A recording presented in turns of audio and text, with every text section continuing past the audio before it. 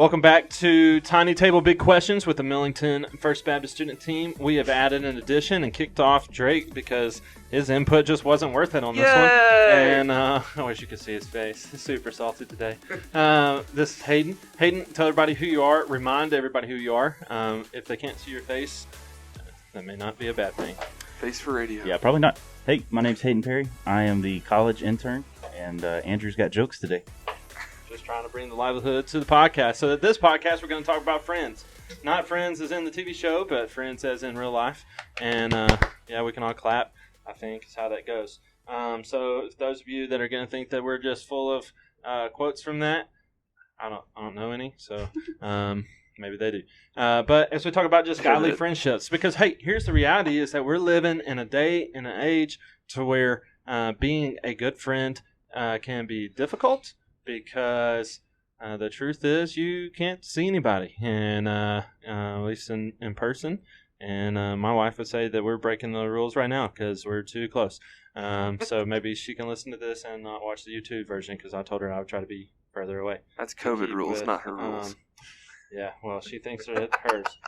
But hey, one of the reasons we want to talk about friendship and like why it's so important is that. You know, Cigna did a study of health and friendship, and they discovered that nearly half of Americans report sometimes or always feeling lonely or left out. That's basically like over 5 out of 10, feel that way. So I think the study is like almost 60% with that.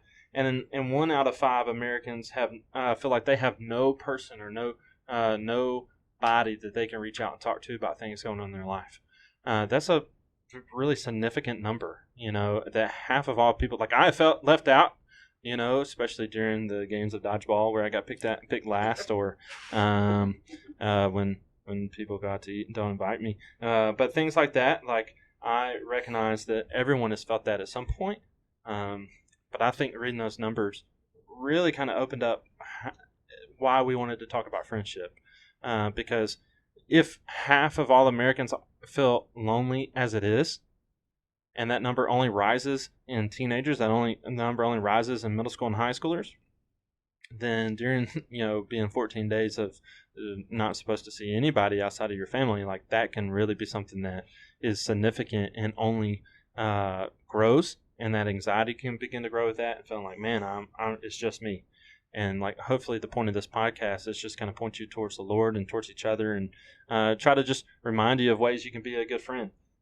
So with that, Ms. Darian, why don't you start us off talking about maybe some things about friendship or maybe tell us a story about a good friend that you have. So I know that one thing that is really helpful in a godly friendship is finding somebody that uplifts you, but is also not afraid to tell you where you're struggling spiritually. One of my best friends, Miko, has been that for me since we were I think I was in high school, being freshman year, when I met her, and she's just been that for me all of high school and now college. And I know that every time I see her, and I'm struggling with something or going through something, and I talk to her about it, I know it's always going to be, her response is always going to be godly. It's always going to be wise. I don't have to worry about there being the barrier or wondering, well, what she said, is that scriptural or not? And so she's also a friend that'll tell me when I'm doing something that I'm not supposed to do, like, Darian, what are you doing? Like, you're not supposed to be doing this. You're not supposed to be doing this. Why are you doing it? But she'll do it out of love because she cares for me. And then also another thing is, like, learning your friends' love languages is such a big thing because personally for me, my love language is quality time by a long shot. And so I have to remember that not everybody's love language is quality time. And so just because I'll feel loved after hanging out with somebody or something doesn't mean that the other person left feeling the same way. So remembering that people's love languages could be like words of encouragement, and having to push myself to be encouraging, push myself to love them in that way. True. A lot of times I feel like, mine is quality time, or is one of those. So I feel like, oh, well, I spent quality time with you, so like I don't have to give you words of encouragement. I can just be a jerk.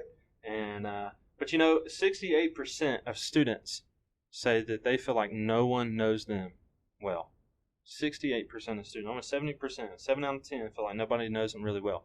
Hayden, what are some things about friends, about being a good friend, about being a godly friend that just especially during the next 2 weeks, people can practice, people can remember, be reminded of, or something like that? Yeah. So I think oftentimes we think of a good friend as somebody that spends time, quality time with you. So over these next couple of weeks, obviously we can't do that face to face. We can't do that in a close format.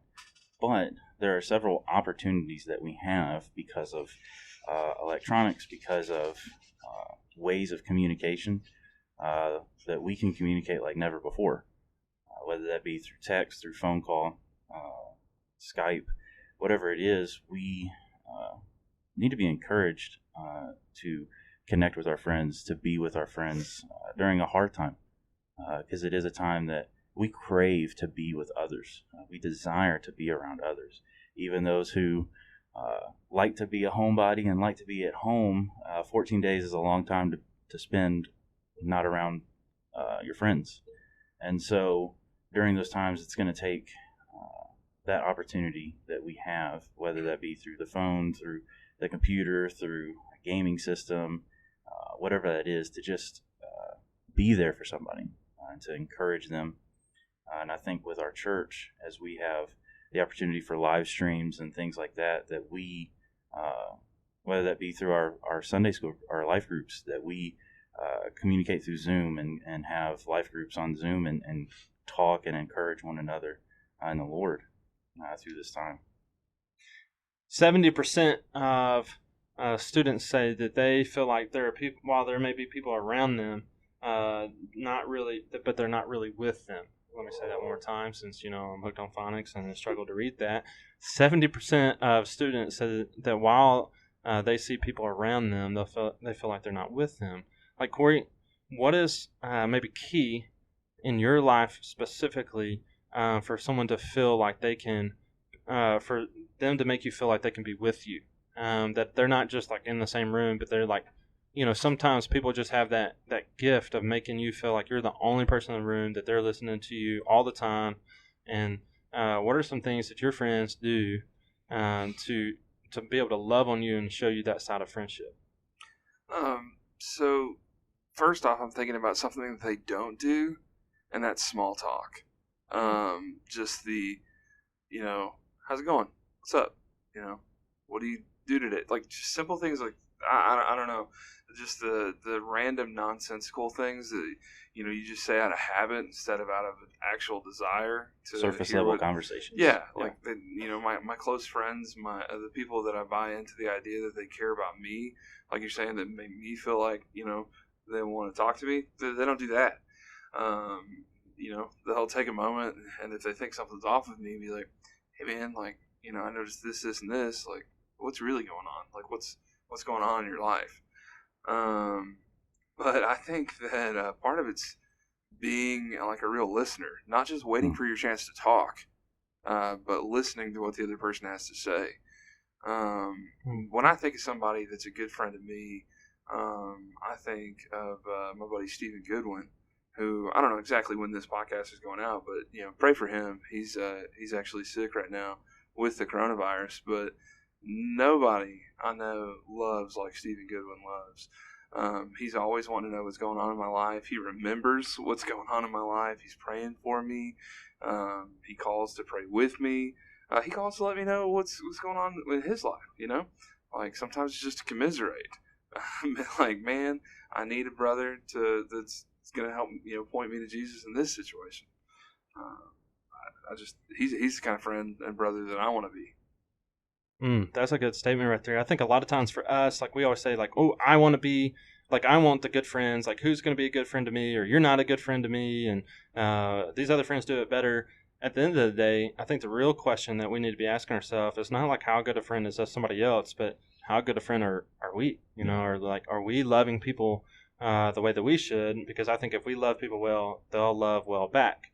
1 Thessalonians 5:11 says, therefore, encourage one another to build up encourage one another and build up one another, just as you are doing. I think that's a commandment to us, and I think if we are loving and encouraging and building up others, that's going to be the kind of people that we attract. Yeah.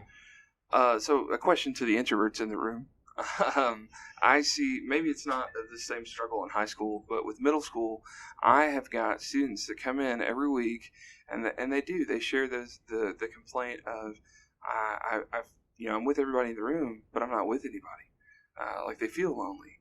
They're dealing with not having that many friends, and I would say to a certain extent, they've got to put themselves out there more. Do y'all have any advice on that? How? Because I'm really extroverted, like Drake. I'm never going to meet a stranger. So, as an introvert, how can somebody break that mold and go seek to be that friend that they want? Yeah, I think I stand on the middle ground of being an introvert and extrovert. I'm willing to talk to people, but sometimes it's really easy for me to just kind of sit back. And I feel like that is the struggle that introverts have is it's much easier for someone else to carry a conversation. It's much easier to just listen rather than to attempt to jump into a conversation, to attempt to go out. That's not my comfortable space. That's not where I feel good about myself. Maybe it's just I don't feel like what I have to say is worth anything, or what I'm going to bring to the conversation doesn't really matter. And so as a friend or as just someone who's there, we have to encourage them that whatever they say, whatever they do, as long as it's biblical, that it is a good thing, that we can all bring good things to the table. I think so often as everybody in here is a life group leader or a teacher, or we preach. So often when we get those questions and we ask, the questions whenever we preach or we teach, and there's no one to respond, and there's that silence, it's because so often people think what I have to say really doesn't matter, or I'm really just going to give the Sunday school answer. And we have to encourage and love on people and not demoralize them for maybe saying something that may be off base or a little bit, but just to encourage them to have communication, because that's the only way we're going to grow. I think a big part of that is seeing our self-worth, like recognizing that God has created us in that way. Like you said, seeing who we are. Like I'm an introvert, but one thing I really challenge myself is like I work a room differently. Whereas you and Drake are going to run in and start partying from the inside out. Like I'll work the room from the wall to the and probably stay there. But like that's where I'm going to start with the party. Like I specifically, like something you said, like reminded me of when I was I think a junior in high school. No, sophomore in high school. I had a guy that we've been friends, and occasionally we catch up. We're not as close as maybe we once were, but he had been brought to church by his mom. It's his first time ever, I think, in his entire life. He had been to church or something close to that, and he was sitting in the back corner. So like I was not up and with everybody else already. I was sitting at another table by myself, so I just moved over and I said, "Hey man, can I sit with you?" And he looked at me and said, "No." And like I was like, okay. But he actually got saved that night, and like the Lord, he's serving in a church now. Like he's a teacher and a preacher, and like it's really cool to see the change in his life. But I think one thing from conversation with him in the future is he's like, I didn't want to be there.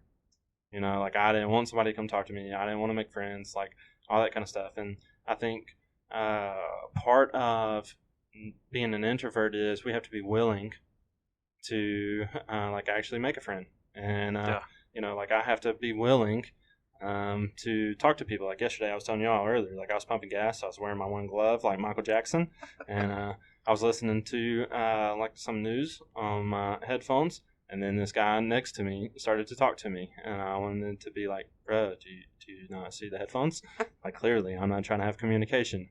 I took him out. We had a cool conversation. Like, his daughter's in the hospital, and it was a really neat thing. But I think it reminds me that, like, I can't be, like, if I want to be a good friend, if I want to be good at interaction and be able to be an encouragement, then I actually have to, like, be willing to do that, which sometimes is my struggle. Yeah, and recognizing that that's what you have to do and that is a struggle doesn't make it any, less awkward or difficult. We're not saying that this magically becomes easy, but it's still something which we got to do to love people well. I think what Corey was saying earlier about having that communication and talking, and in that communication, are we asking when we ask someone, how are you doing, are we really just asking that for them to ask us how you're doing, and then we are able to share our story, rather than asking, how are you doing, sitting there and thinking, and whenever they give that answer, because everyone always does, I'm fine, or I'm good, then you seriously ask the question, no, seriously, how are you doing? What's going on in your life? Are we concerned about that person, or are we just concerned about how they, or the response, that we get to then talk? Yeah, we all give those token, like, oh, like, yeah, you can do this, but then, really thinking that, really meaning it. All right, we got like 30 seconds left. Anybody want to throw something in to end it? Sure, yeah. I think as far as being a good friend and having godly friends as well, that we can I think it's really cool from the very beginning that we're made for community. We're made in the image of a Trinitarian God who has complete community within and of himself, but I'm just me. And before the fall, before sin entered the world, the Lord looked and saw that there was one thing that was not good. He said there was not good for man to be alone. We're made for each other. We're made for community. We need one another. I think it's real important for us to realize that no man is an island, and as a believer, especially, we're in this together, and we have to make sure that we keep that mindset. Thanks for joining us for Tiny Table. Big questions.